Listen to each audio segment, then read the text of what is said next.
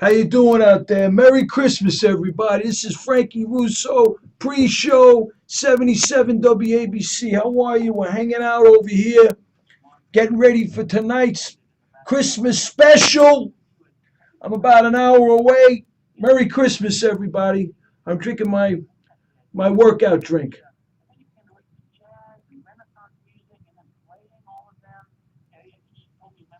So here we are, 77 WABC. I got a live stream going. Remember, I'm sticking with the Homeland Security Advisory System. Red is severe risk. Orange is high risk. Yellow is elevated risk. Guarded risk, general risk. And low is low risk of terrorist attacks.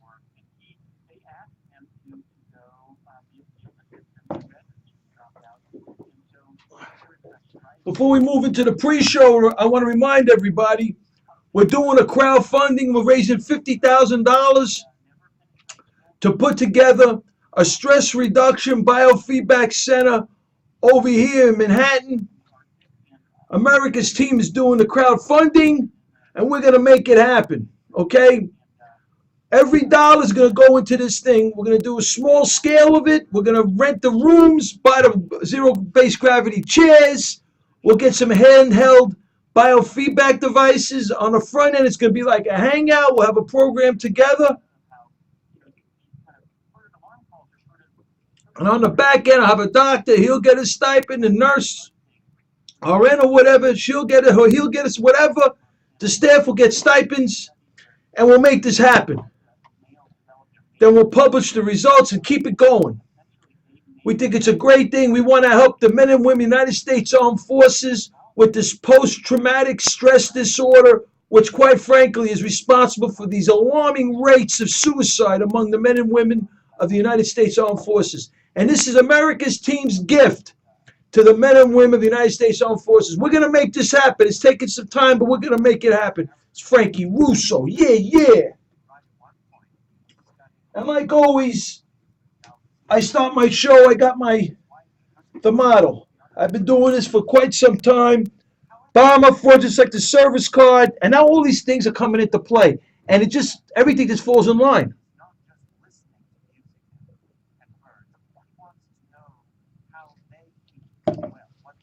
Hillary Clinton Foundation, Uranium One, Bailey Aviation, Interpipe. These are all organizations. These are all like the Uranium One deals with the Russia garnering 20% of the uranium in Wyoming. Uranium One company, it's a subsidiary of Uranium One, and the chairman of the Uranium One giving the Clinton Foundation over $2 million as a consulting fee. And it has to go through, in order for this to be approved, it has to go through the United States Investment Committee, the United States Foreign Investment Committee, and Hillary Clinton sat on the board, and she okayed it. It's stuff like that that drives everybody crazy. You got the Bailey Aviation situation, you got the Interpipe. They all help Iran get around the sanctions imposed by America, the Western sanctions. They've helped this Clinton Foundation from time and time again, have garnered money from these European Union countries, in the European Union, and helped with the use of Hillary Clinton's State Department and the use of the contacts that Bill Clinton has as the former president with the United States government to help Iran and these European countries to get around the sanctions. Insanity, right? That plus the Iranian Global Terror Network, plus the Iranian surrogates is our model, and everything falls into line. So tonight, we're just going to go through some things because I'm focusing a little bit on this. I got a two-pronged attack tonight because I have a lot of articles that I want to go through before we're going to get going at 106.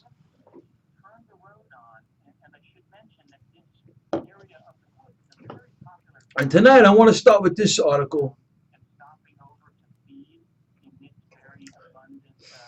which I thought was kind of crazy.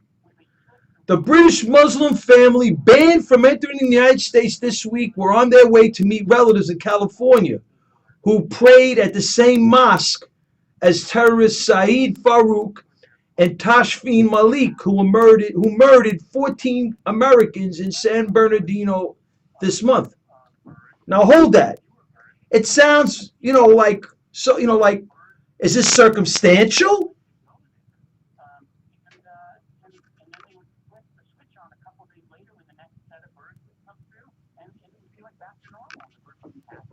So what? They prayed there, right?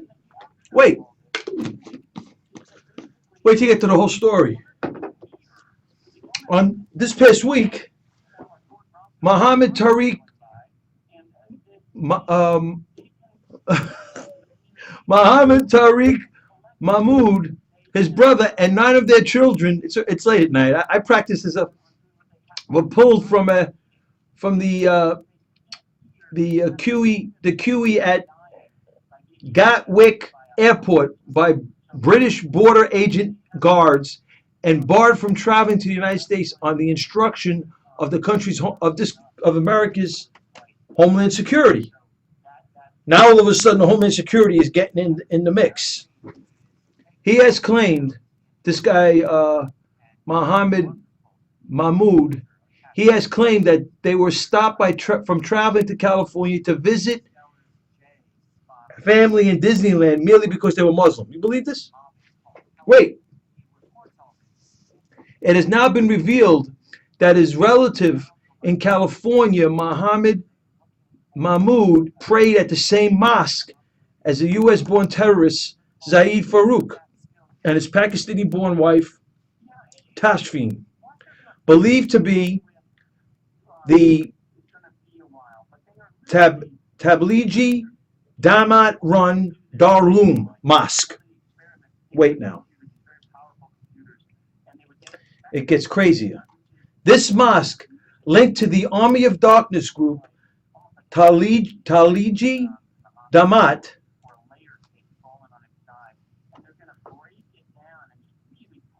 I'm going to go there. I'm going to go to that in a minute. Which itself has historical and indirect links to multiple terrorism cases, became the center of the investigation surrounding the San Bernardino terrorist attacks. According to Breitbart News. By the way, this article was published by Breitbart News. I'm sorry I didn't mention it earlier. And earlier in December. Now, okay, wait. Okay, good. Now to take this a step further, my computer's crashing. But oh man, it slowed down. But anyway, so this is the okay. We're gonna wait. All right, I'm gonna. Okay, here we go. It's back. Okay. Alrighty. So, Mr. Mahmoud, the relative, is a U.S. citizen who runs an auto repair shop in San Bernardino. He told the BBC that he didn't know him, Saeed Farouk, personally, and would not have recognized the terrorist and could not recall ever speaking to him. A comment from Mohammed Mahmoud from the same mosque just days after the attack read, it's a sad thing. There will be a backlash, of course. Guess why? He's claiming because he's a brown-skinned guy with a beard who was named Muhammad. Really? This Tablighi Damat is a Dawo Bandi revolutionist movement whose mandate is, according to its leading advocate, Abraham, is to save the Muslim world from the culture and civilization of the Jews and the Christians. To this end, this leading advocate, Abraham, of this Tablighi Jamaat, suggested cultivating such hatred for their ways as human beings have to urinate and excrement. Crazy stuff, right? This is coming from the leader of the same group. Now, it was reported a few days ago on a Facebook account set up at the London address of the family in the name of Hamsan Hassan has listed job titles such as supervisor at Taliban and leader at Al Qaeda. These are the relatives of Mohammed Mahmoud and the 9 children. Let me see. Let me get this right. It was his brother and their 9 children. These are the people that weren't allowed to come to America to visit Disneyland and go to San Bernardino, the mosque of San Bernardino. They were kept in Britain. So this was on this. They went to the social media finally. They went to Facebook and I found that his name, this guy Hamzana Hussan, is a relative of Mohammed Mahmoud, who was part of the traveling contingent out in Britain. He has as his job title on his Facebook page is supervisor at Taliban, leader at Al Qaeda. Furthermore, on Wednesday, it was revealed that Mr. Mahmoud's brother, also traveling, has been denied entry into Israel and detained 8 years ago on a lad's trip to Middle East with a group of older gentlemen. American security agencies have also confirmed the brothers hit positive for terror checks. So, this is insanity, right? Now, to take this a step further, this army of darkness group, Tablighi Damat, which is the group that's affiliated with the mosque, the Darloom Mosque in San Bernardino, where Saeed Farouk and Tashfeen Malik attended and prayed at. Army of Darkness, according to Breitbart News, this is Breitbart News, a recent history of the San Bernardino shooters terror-linked ultra-Orthodox Islamic sect, SECT. When Breitbart News attended the Darloom Mosque, where terrorist Saeed Farouk once attended, leaders seemed unwilling to answer some basic, straightforward questions about what they teach at this mosque. Do they subscribe to the idea of an Islamic caliphate? Do they believe that the punishment for apostasy from Islam is death? Answer came there, none. Now it's becoming more clear why the group may have been avoiding the request, have been avoiding the requisite transparency that we rightly expect of religious and community institutions. On the Breitbart News Daily Radio, whistleblower Philip Haney pointed to the Tablighi Jamaat, TJ, a group known in Britain as the Army of Darkness, that has used aggressive tactics to build mega mosques in my home country, according to Philip Haney, which has been linked to a number of high-profile terrorist incidents.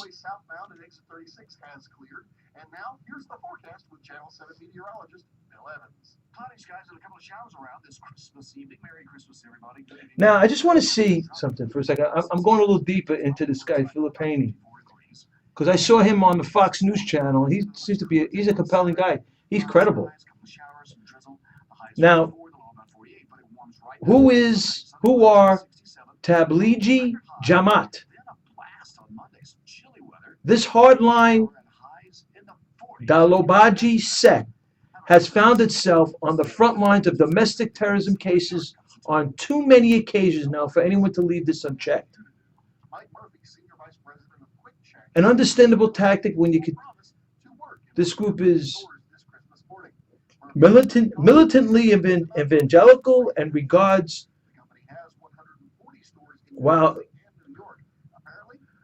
the interpretation of Islam as its highest calling.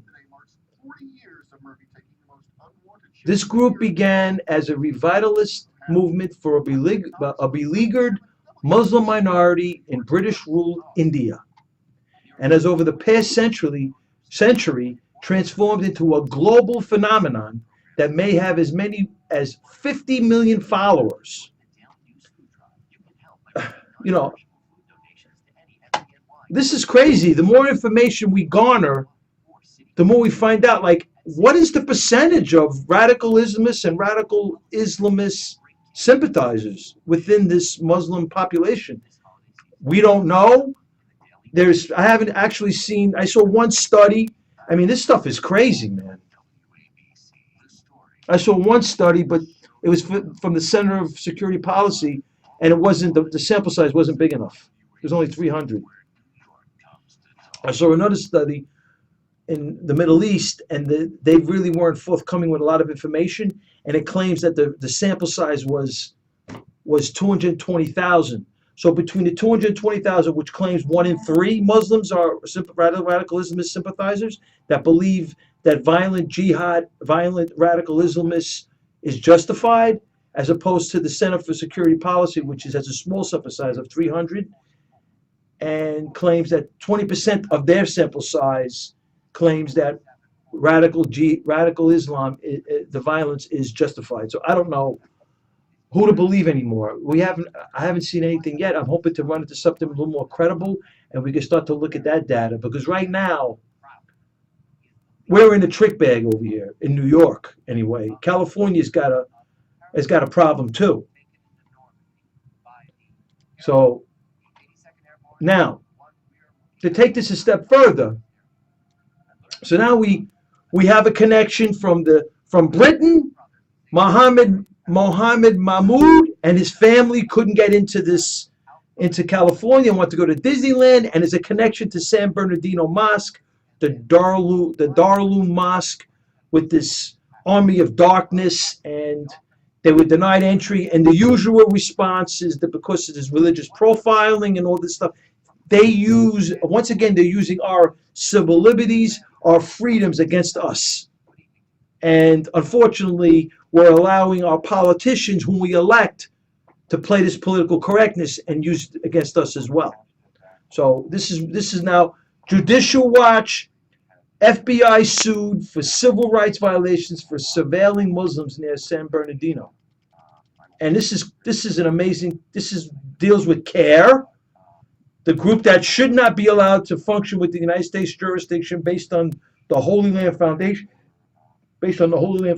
trial, and they're popping up, creating problems within our jurisdiction, within our government, within our way of life. Now, this is Judicial Watch. You got to go judicialwatch.org and donate. This is a great group. They get us a lot of information. The FOIA, Freedom of Information Act, they're just amazing, right? With the region and the entire nation still reeling from the San Bernardino terrorist attacks, a federal appellate court is considering whether the FBI should be punished for surveilling Muslims in a nearby Southern California county. The case centers around a federal surveillance program that focused on the Islamic Center of Irvine in California, situated just 55 miles from San Bernardino, where the massacre was. A leftist civil rights group and a terrorist front group, CARE, Council on American Islamic Relations. They're the unindicted co-conspirators on the Holy Land Foundation trial. Sued the federal government for violating Muslim civil rights by indiscriminately targeting them for surveillance. The lawsuit was filed in 2011 and alleges that during a 2-year period, the FBI collected extensive records about the religious practices of hundreds of Muslims who attended various Southern California mosques. The records include video and audio recordings of prayers, discussion groups, and religious lectures, as well as social and cultural events. Okay? And in 2012, a federal court dismissed most of the lawsuit against the FBI because the judge agreed with the government that matters vital to national security and would be disclosed if it went forward. Before ruling, the judge, Carney, reviewed classified information that was made public. Attorneys representing the Muslims vowed to hold the FBI responsible for surveilling their community and abusing their civil rights. This is crazy stuff, man. We need the FBI. We need this. It's the only chance we got here. Attorneys representing the Muslim vowed to hold the FBI. Okay. They blasted the government for invoking state secrets privilege to dismiss the FBI's unlawful infiltration of mainstream mosques in Southern California. It's ridiculous, right? Now, listen to this. Now, just weeks after the worst terrorist attack on U.S. soil since 9/11 was executed in San Bernardino, a federal appeals court is considering the case. Crazy stuff. And I ran into this thing, and I know this is why I'm bringing it up, because radicalization in the West, the homegrown threat, and this is the. Let me just give you an example, and I'm going to go through this article. I did it last week, but I want to go through it again. I just went through the beginning of it. I want to go through this article again and tie it in to this other stuff that we're dealing with. The FBI being sued for surveilling mosques. We have to surveil mosques and then we have these radical Islamists pointing themselves off as peaceful Muslims, and they're not, being affiliated with the Darul Mosque, the Army of Darkness Mosque, and have all this body of evidence of terrorist activities in these mosques with the Darul and the Tablighi Jamaat sect of Islam. So this is where we're headed. And now, just to give you an idea of where our problems lie with New York City, because as always, I'm concerned with my computer's going down. I'm concerned with the Homeland Security Advisory System. Severe red, orange high risk of terrorists, yellow elevated, blue guarded, and low risk and green is low risk. So there's an article that shows and gives some examples of the NYPD's Muslim mapping, which started in 2007 under Raymond Kelly. Federal agents knew that a would-be terrorist had, like I said this last week, I'm going to bring it up again. I want to illustrate this and everybody understand why we have such high risk, why I believe we're elevated to high risk of terrorist attacks, because we're not surveilling the mosques. And, I don't have to go far back, and I always go to it, the Blind Sheik's Mosque, Jersey City Mosque with Muhammad al-Nuri, all those mosques in that region, the Blind Sheik. And I'm going to show you what I'm talking about in a second.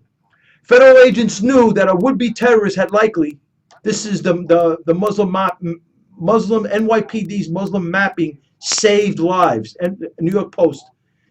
April 2014 it was published. Federal agents knew that a would-be terrorist had likely arrived in New York City from Florida over Thanksgiving weekend in 2012. However, they didn't know where in New York City he was. A worrisome prospect, considering that Alman Khazari was gathering information on the best places to detonate bombs in Manhattan, Times Square, and Wall Street among them. The NYPD's intelligence division, it turned out, knew exactly where to look, because he already knew places in the metro area that might be inclined to open their doors for the night to a cash-strapped transient and armored with Al-Qaeda.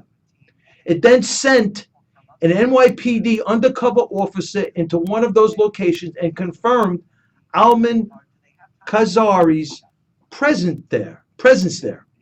That allowed federal authorities to initiate surveillance and arrest Khazari on terrorism charges as he stepped off a bus in Fort Lauderdale on his way home. Now, to take this to another step, because I'm going to read more into the article, that's what I read last week. Similarly, Zeth Lipsky's report, he's a reporter for the New York Post, a few days after, had the Boston Marathon bombers made it to New York with their explosive devices, the NYPD would have been in a good position to know where to look for them because of some mapping it had done in Brighton Beach and elsewhere. These assessments of where a terrorist might land in order to find as cheap place to stay, a job off the books, an internet cafe, or even a restaurant for comfort food were done by a small NYPD unit initially called the Demographs Unit and later the Zone Assessment Unit. The unit never had more than 14 police officers assigned to it in a department of 35,000 officers. None were undercover officers, although some undercover officers were later employed. The officers assigned to the unit did not infiltrate terrorist groups or spy on them.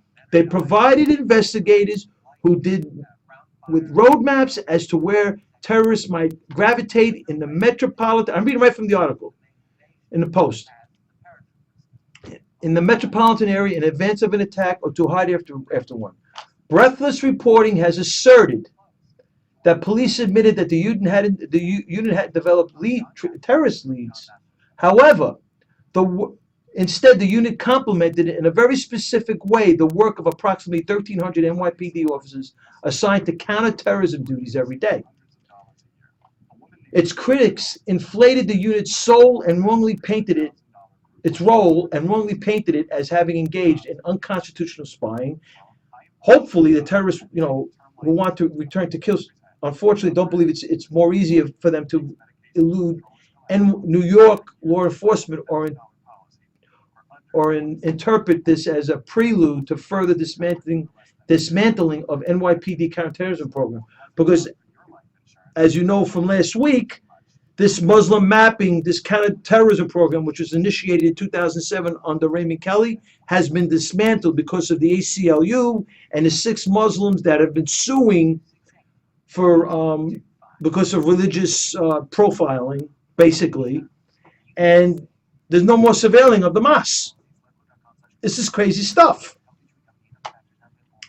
To take this a step further, the conviction last year on terror-related charges of Abdel Hamed demonstrated the importance of early identification and intervention by the NYPD Intelligence Division.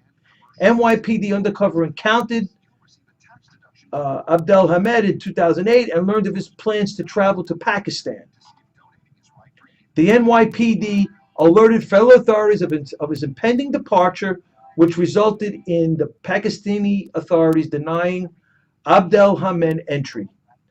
And Abdel Hamed's activities brought him into contact with New York-based radical group Revolution Muslim and Jesse Curtis Morton, who was convicted in 2012 of conspiracy to solicit murder, among other federal terrorism charges. A few months after Abdel Hamed was denied to Pakistan, there were 3 other New Yorkers, and they had hopes of joining the Taliban out in Pakistan, and Al-Qaeda saw the value of the U.S. airports and the U.S. passports and gave them weapons, training, and sent them home to carry out an attack in New York City. And there was these three New Yorkers were subsequently convicted of planning suicide bombings of 3 busy New York City subway stations. In 2011, this is all from the Muslim mapping. In 2011, New Jersey residents pleaded guilty to terrorism charges, that's Carlos Amonte and Mohammed Al-Assa, for their attempts to join Al-Shabaab, Al-Qaeda's affiliate in Somalia. At the request of federal authorities and New York law enforcement, the NYPD introduced one of its undercover officers into the investigation. There were other plots since 9/11 to bomb the retaining wall at the World Trade Center, the PATH train to take down the Brooklyn Bridge, to attack synagogues in Manhattan and Riverdale, to bomb fuel storage tanks in JFK. The list goes on. The plots had one thing in common: New York City as a target. Any reassessment of NYPD counterterrorism program should keep that in mind. This is why we have a problem. Now, with that, all that information, let's go back to radicalization in the West. This is the report prepared by the NYPD Intelligence Division. Raymond Kelly was the police commissioner at the time. I guess Bloomberg was the mayor. Now, They implemented this thing in '07, and it's been out of wax around the time with De Blasio and De Blasio hasn't. Well, let's put it this way: It's my understanding it was dismantled before De Blasio, and De Blasio hasn't been very helpful in bringing this thing back, because now those six Muslims they reopened the case on the appellate level. They're hearing the case because I brought that up last week. So now we have a problem, right? And I'll show it to you here, just before I read here. Here it is. What the court said to the NYPD: Muslim mapping against terrorist plots. Now, the Third U.S. Circuit Court of Appeals says the NYPD was in the wrong for monitoring. I'm sorry, it's late. Monitoring Muslim activity in mosques and Muslim communities. They stated we have been down this road before, and the lawsuit reopened. The lawsuit was reopened recently, and the plaintiffs are six Muslims. And the plaintiffs say that after 9/11, the police set up an intelligence program to monitor them with infringement on their rights, and that's basically the way this thing has been going. Now, to give everybody an understanding, this thing breaks it down. This report, radicalization in. So it starts with pre-radicalization, self-identification, indoctrination. Pre-radicalization is the point of origin for individuals before they begin this process. It is their life situation before they were exposed to and adopted jihadist Salafi Islam as their ideology.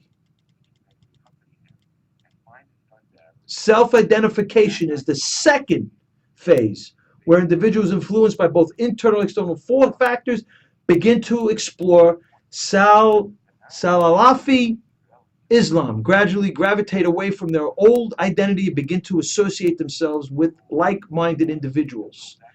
And basically, they've lived, according to the reports within this study of 2007, they live unremarkable lives. So from pre-radicalization to self-identification, now they're getting into indoctrination.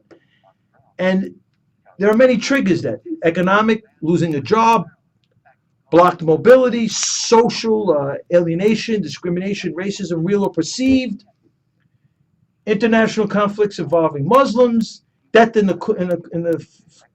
close family. Now we got indoctrination.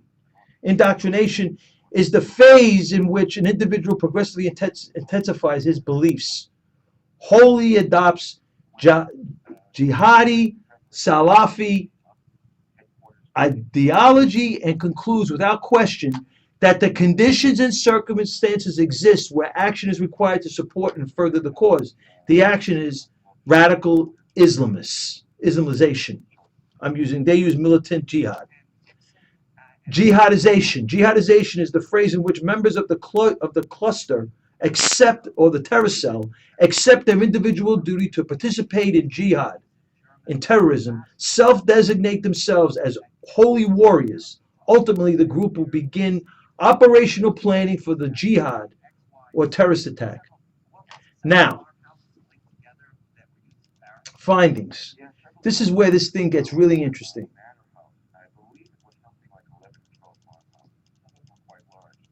I'm going to go right to it. One, the holy warrior ideology combines the extreme and minority interpretation of the jihadi Salafi of Islam with an activist-like commitment or responsibility to solve global political grievances through violence. Ultimately, the jihadist, the holy warrior, envisions a world in which the jihadi Salafi Islam is dominant and is the basis of government. And the internet is the driver and enabler for the process of radicalization. And this is well known. This has been discussed numerous times, right? Now, what's really interesting is, individuals generally appear to begin the radicalization process on their own. And invariably, as they progress through the stages of radicalization, they seek like-minded individuals. This leads to the creation of groups or terrorist cells. These terrorist cells appear almost essential to progressing to jihadization stage, the critical stage that leads to a terrorist act. Although there are many groups or clusters of individuals that are on the path of radicalization, each group needs certain archetypes to evolve from just being a bunch of guys to an operational terrorist cell. I'm reading right from this report. A spiritual sanctioner, the blind sheik, who provides a justification for jihad, a justification that is especially essential for the suicide terrorists. An operational leader, who is essential as the group decides to conduct a terrorist act. Now, this to me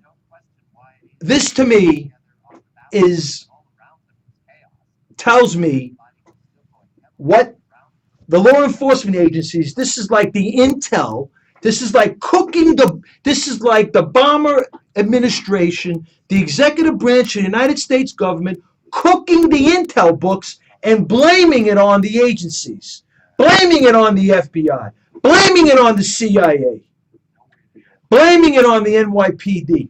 The full radicalization of a Western individual, this is right from the report. The full radicalization of a Western individual or groups of individuals does not always result in the committing of a terrorist act in the West. It continues. Many fully radicalized individuals have first looked to conduct jihad, holy war, by becoming a holy warrior and fighting in conflicts overseas.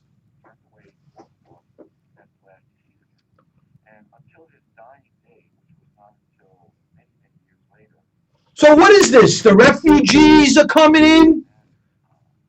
We got the Somali refugees coming back to Minnesota. We got the Syrian refugees. So these people are radicalized. And it's right in the reports. So how could you tell us there's no existential threat? There's no threat over here. When right in the report that under the guise of violation of religious freedoms, we're killing ourselves. These politicians are killing us. They are absolutely killing us. This is why, to me, Donald Trump is the guy. We gotta break this cycle. We gotta break this cycle. I don't care who it is. Guy born in Canada. Guy's a freshman senator. Guys are taking selfies with Obama. Doesn't support the Astorino, and Astorino supports the New York governor, the dude from Jersey. He ends up, he's sitting next to the chick that's doing the bridge gate. We got to start the traffic now. Then we got the other freshman senator from Kentucky. He wants us to be an isolationist. We got Carly. I like Carly Farina. She's a smart lady. But come on, man, where's your credentials? I know you're a CEO of HP, but you articulate a good game. But come on, man, we need immediate results over here. We need someone who knows how to manage big stuff.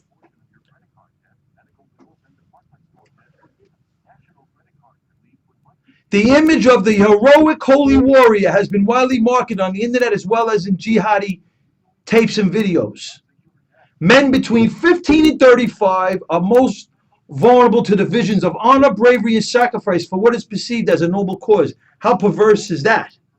Among those individuals who travel abroad in search of the holy war, some end up as a holy warrior and fight in foreign lands, and some are redirected to commit acts in the West, often in their country of origin, while others give up and return home because they can't endure the training.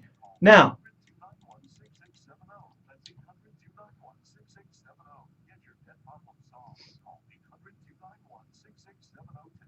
the dedication and commitment of their leader to jihad is often the main factor determining whether a group will commit a terrorist act.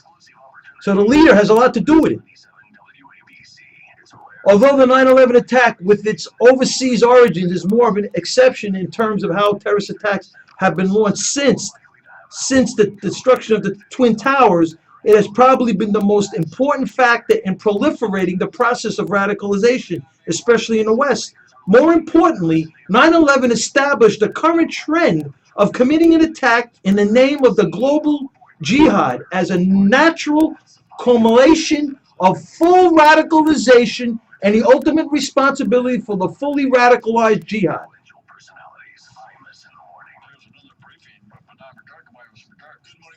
So this radicalization, so because of 9/11, radicalization process has been accelerated.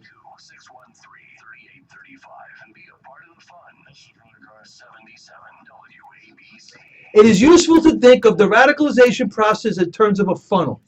Entering the process doesn't mean one will progress through the four stages and become a terrorist. However, it also doesn't mean that if one doesn't become a terrorist, he or she is no longer a threat. Individuals who have been radicalized but are not jihadists, holy warriors, may serve as mentors and agents of influence to those who might become the terrorists of tomorrow. This is a great report. I'm going to move now for some other stuff. I just, I had to bring it up because it's so relative to today and what we're dealing with. Some other articles that I came in touch with. Okay. Breitbart News. Witnesses say CARE's Hamas Muslim Brotherhood links cemented from the start. Now, this CARE, as you know, 2007, Holy Land Foundation trial, unindicted co-conspirators, right? And this is my argument. Why are we allowing CARE, ISNA, Iranian surrogates, NAIT, Alevi Foundation? Why are we allowing these organizations who are affiliated with terrorist entities, like in the Holy Land Foundation trial, like in the 650 Fifth Avenue case, the Alevi Foundation, affiliated with Bank Melli, who's deemed by United States Treasury Department designee as proliferator of weapons of mass destruction? Why are we allowing these organizations to still function within the jurisdiction of the United States? And they're still allowed to perpetuate this narrative of the Muslim, of this religious profiling of the Muslims, and it's killing us because it's stopping our surveillance of the mosque and other ways that we can garner intelligence, our homeland intelligence that can help keep us safe. This is crazy stuff. I'm gonna get out of here now because I got about a half hour left. I want to get ready now. Finish getting ready for the. So that's some of the stuff that we might talk about tonight. I want to go also over some other things. And so remember, this is the Frankie Russo pre-show. America's Team. You got to go to this icon, click on it, and make a donation to America's Team. Help America's Team. Help our veterans. We're going to build this stress reduction biofeedback center. We're going to do this. I'll see you all in a half an hour. Yeah. This is the Frankie Russo pre-show. Yeah. I'll see you in a few.